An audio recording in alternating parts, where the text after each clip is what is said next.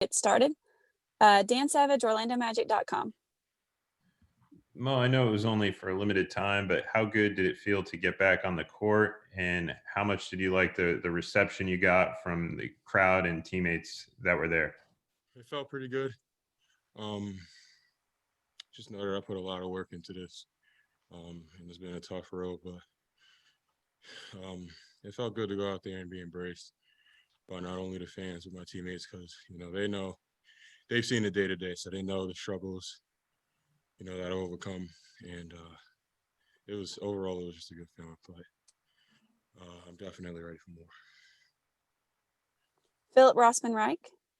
Hey Mo, you've been on the active roster for a while, but coach has said that he does just no practice time to get you on the court and see what you can do. What have you been doing to kind of help yourself rebuild conditioning while you haven't been able to do maybe as much 5-on-5 action as everyone would like to see from you? I've been dying every day. Just different conditioning things. Been playing 2-on-2, 3-on-3, 1-on-1. Just hard workouts, whether if it's pregame, before practice, before shoot around. Just trying to get in and sneak in as much work as possible so I can be ready. Whenever. Dante Marcatelli. Hey Mo, I know you're good friends with Cole, or at least I think you are. I heard you say something otherwise the other day. But how excited do you get about that combination when you and Cole working together? What does the future of that combination look like in your mind? I know Cole's game because I've closely watched it since he was before I even knew him, since he was in the 8th grade with I think like some Team Rio, something like that. To just watch him grow and to become the player that he is and have the confidence that he has. I think a lot of that confidence that he has comes from just always playing up. And what I mean as far as always playing up is playing against guys. When he was 15, he was playing against 17-year-olds, 18-year-olds. And you see a lot of the confidence that's instilled in him is from that. But I'm excited to get out there with him. He knows my game. I know his game. It's just a matter of time. And it's a matter of just getting out there. Thanks. Josh Robbins, The Athletic. Yeah, hey Mo, good morning. Josh. Hey, how far along is your conditioning in for you to be effective on the court in the game? Yeah, I think I'm right where I need to be. Obviously, I'm working on it every day, but as far as like benchmarks and comparing myself to other teammates, I'm right there with everyone on the team. We did this conditioning test, and I won't get too much into numbers, but I'm right there, Josh. Thank you. Dan Savage. Mo, I know during the times where you haven't been able to be on the court, you've worked extensively on the mental aspects of the game, studying the playbooks and trying to master those areas. Just how much progress have you feel you've made over the course of time since you've last been on the court? I think I've made some strides. I talk to coach all the time, and that's what he really cares about. It's the X and O's. And I know if I become the master, like I mentioned before, I know if I become a master of the X and O's, that it'll only put me in the right positions to advocate for more minutes. Philip Rossman Reich. Obviously, Monday's time was limited, but how did you feel that you performed, both from just conditioning and getting through those minutes wise to how you performed on the court and how it felt out there? Yeah, it was 4 minutes. It was 4 minutes. 4 minutes is actually 4 minutes is a while in the NBA, because you think how many possessions you got in the span of a 24-second shot clock. But I'm gonna answer that question again with saying it was just 4 minutes, a very small sample size, and I felt good going out there, and I'm looking to see what I can do with extensive minutes. Dan, I think you had a follow-up. Sorry about that. Yeah, no problem. Mo, I know, one of the aspects that you bring to the table is your shot blocking. Your shot blocking numbers were going way up before the injury halted your last season. Just how much of shot blocking is timing, and, how long does it kind of take to get that back on the court? With shot blocking, that's been one of the things for me since I've even started playing basketball. It's come easy to me.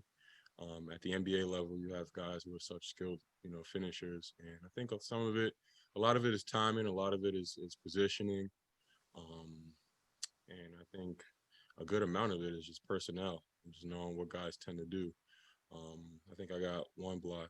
Thought I had 2 blocks, what they called the foul. But I knew Jetty. He was gonna put his head down and go to the rim because he wanted to get one. And I just knew that I needed to help my teammate. And I think Kareem did a great job of cutting him off. So the only thing he had to do was put the ball in the air, and I just came weak side to block it. Josh Robbins? Mo, how are you doing in terms of remaining patient? How are you getting through not playing extensively? It's tough. I'm not gonna sit here and lie to you and say, I've been doing a good job at being patient. I'm kind of just, I struggled a little bit because I want to be out there with my teammates.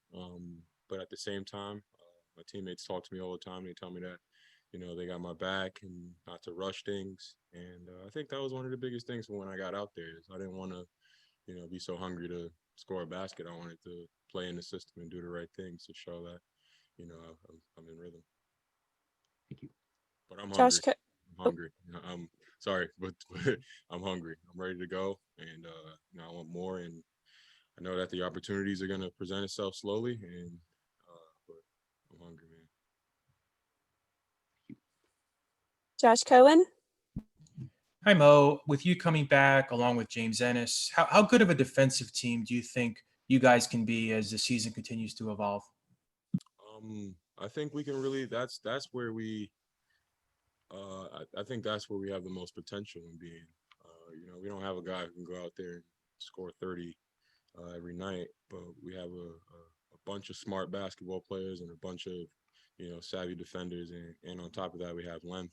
And I think we can be really good defensively. It's funny because James and I, we had the same trainer, and we would, play pickup, and there was a few times where we didn't necessarily get into it, but we got into it for the love of the game. And he brings that intensity. He's brought that intensity since day one, and he's competitive, and it bleeds into my game. And I just tell him that I got his back, and I know he got my back. And it's cool beans. Josh Robbins? How is your 3-point shooting coming along?